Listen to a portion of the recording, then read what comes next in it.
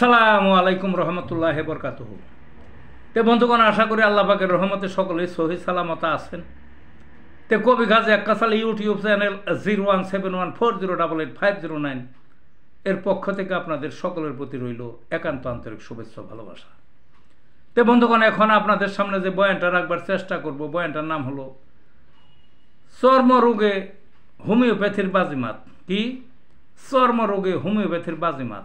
চর্মরোগ ভয়াবহ একটা রোগ। ওই মনে করিলেন না যে এক জায়গায় একটু খজলি দিলেন, এক জায়গায় একটু খাইজিল, একটু ডইলা দিলেন, খাইজিয়া দিলেন, হয়ে গেল, তা না। বিপর্যয় ঘটে মানুষের, সারা শরীরে থোক বোগাইয়া ওঠে, ঘুমাইতে পারে না, রাত্রে আরও বাড়ে, দিনটা যেন তেন কাটে, রাত্রে বাড়ে, খাই জানে দিলে রক্ত বেড়ে ঘা হয়ে যায়, জইলা যায়, পুইরা যায়, গরম দগ্ধ, কঠিন অবস্থা।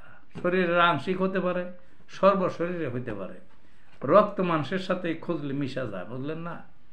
এটা হইল ওই কঠিন অ্যালার্জি।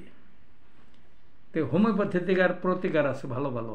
প্রথম যে ওষুধটা সেটা হইল সালফার। কে না জানে সালফারের কথা? Sulphur, psorinum, mezereum, alumina, graphites, rhus tox সহ আরও হরেক রকমের ওষুধ আছে এই চর্মরোগের হোমিওপ্যাথিতে।